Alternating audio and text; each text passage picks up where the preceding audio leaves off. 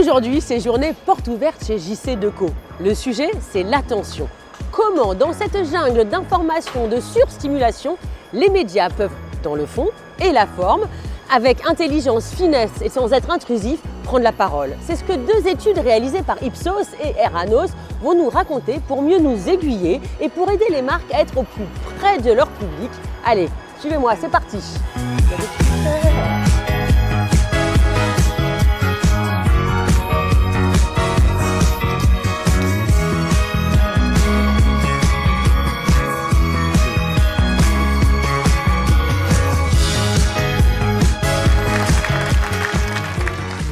Donc après la plénière, il y a 4 ateliers où on peut s'inscrire pour aller découvrir la créativité au 4e étage, la puissance du discours, la data, les analyses de data et l'empreinte.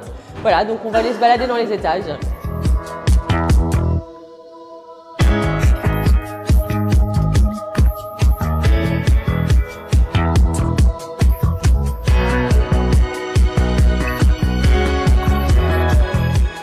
Il y a l'atelier data, parce que sans données maîtrisées, pas de pertinence. Il faut des kilomètres aussi aujourd'hui. C'est l'atelier RSE. Alors Isabelle, qu'est-ce qui se passe aujourd'hui chez JC Deco?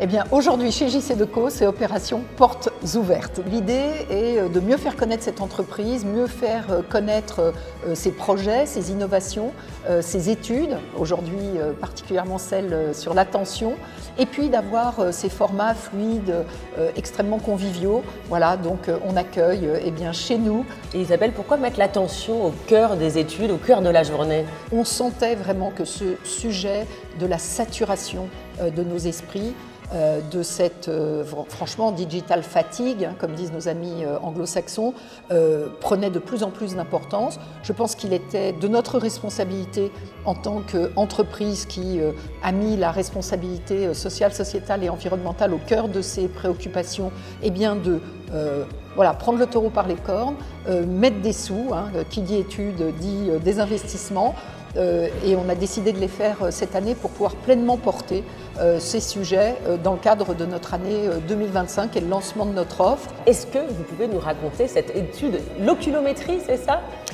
Tout à fait. Donc c'est une première en France, une première mondiale d'ailleurs dans le secteur de l'affichage et de l'outdoor. On a combiné l'expertise d'Ipsos et 49 ans qu'on suit l'affichage en France et une nouvelle technologie de notre partenaire Tobii. Ce sont des lunettes d'eye tracking extrêmement précises, c'est un bijou technologique. Le prix de chaque lunette, c'est l'équivalent d'une voiture. Elles sont extrêmement légères et ça permet de suivre de manière extrêmement précise ce qu'on appelle la vision fovéale, donc la vision haute résolution de l'œil. Et donc nous avons été à Strasbourg, nous avons équipé une centaine de répondants de ces lunettes et on leur a demandé de suivre un parcours de mobilité classique, piéton, vélo, voiture. Et ça nous a permis de découvrir un grand nombre d'insights sur notamment l'affichage, la durée de l'attention, le nombre de regards qui sont des indicateurs qui manquaient un petit peu à la mesure de l'audience de l'outdoor en France. Alors vous Stéphane, j'ai l'impression que vous aviez la philosophie touch sur le sujet de l'attention. Vous pouvez nous dire pourquoi ils vous ont appelé JC Deco et sur l'attention, quel est votre point de vue par rapport au mobilier urbain qu'on voit autour de nous?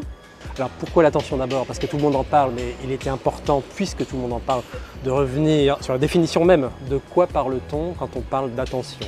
Et c'est vrai que c'est à la faveur de cette crise de l'attention, c'est-à-dire beaucoup trop de messages qui nous parviennent et un temps de vigilance qui est toujours le même. Donc il y a une crise, il y a un décalage entre une offre d'information et une demande d'information.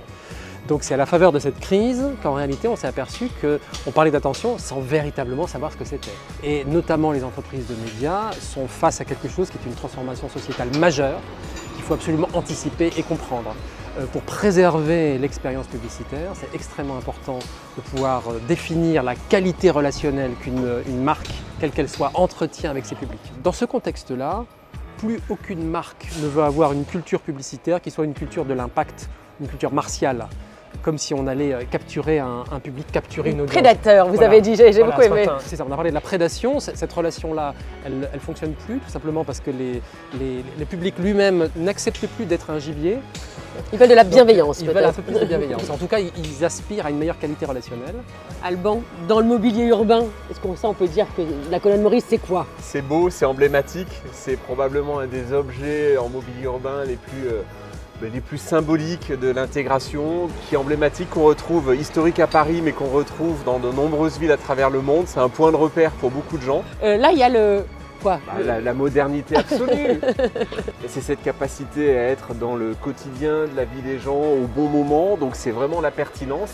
Et c'est la force aujourd'hui d'une affiche qui devient un message instantané, un message chaud. Ça peut être un contenu contextualisé avec différentes données, le trafic, le spectacle du soir, la température vente. du jour, tout est intégré et c'est de la donnée contextuelle, jamais personnelle. Alors ça, c'est mon coup de cœur, les kiosques, je suis... Celui-ci, il est beau et puis en plus, il est parfaitement animé aujourd'hui. Mais c'est d'avoir ces points de repère dans le quotidien. Alors bien sûr, avec une vocation essentielle aujourd'hui, presque un enjeu démocratique qui est la presse et la diffusion de la presse. Mais aujourd'hui, le kiosque peut être plein de choses. Ça peut être un kiosque serviciel, on peut y boire des cafés, on peut y trouver des services. J'ai appris ça. On a vu ça ce matin dans la présentation. Puisque vous formez aussi les kiosquiers, c'est ça que j'ai appris. On les accompagne voilà. et aujourd'hui, on fait vivre, on essaye de faire vivre le métier de kiosquier en redistribuant ce qui doit l'être au niveau de nos revenus. Alors ça, Alban, l'abri voyageur upcyclé, c'est quoi la nouveauté? C'est l'abri qui bas carbone et qui redonne vie aux matériaux usagés, puisque c'est aussi l'avenir, c'est la récupération. Et donc on réussit aujourd'hui à s'inscrire dans le futur, dans une trajectoire pleinement responsable. Moi aussi, je peux être sur la photo? Bien sûr, si, vas-y. C'est comment photobomber les photos, moi, c'est ça, je fais toujours ça, je suis désolée. Regarde Mathias, on va aller se promener. Parce qu'évidemment, le mobilier urbain, pareil, il est dans la rue, quoi. Alors on va aller voir ensemble, on va nous raconter. En gros, on fait depuis 2 ans maintenant des DOH Tours plutôt en région. Et là, on a décidé du coup à l'occasion de l'Open House de faire un DOH Tour à côté de chez nous, donc sur les villes de Levallois et de Neuilly, pour que tout ce qu'on a pu voir à travers les présentations devienne un peu plus palpable. Donc voilà, c'est pour ça qu'on va se promener sur les deux villes de Neuilly et Levallois. Génial. Tac. Et donc vous voyez, là, on est sur la part de la ville, et on a du coup... Voilà. Et donc vous voyez que cet écran, et ça apporte effectivement cette impression de puissance. Bon après ce petit tour très instructif, je vais poser une question à monsieur. Vous iriez pas aux abesses par hasard? Si.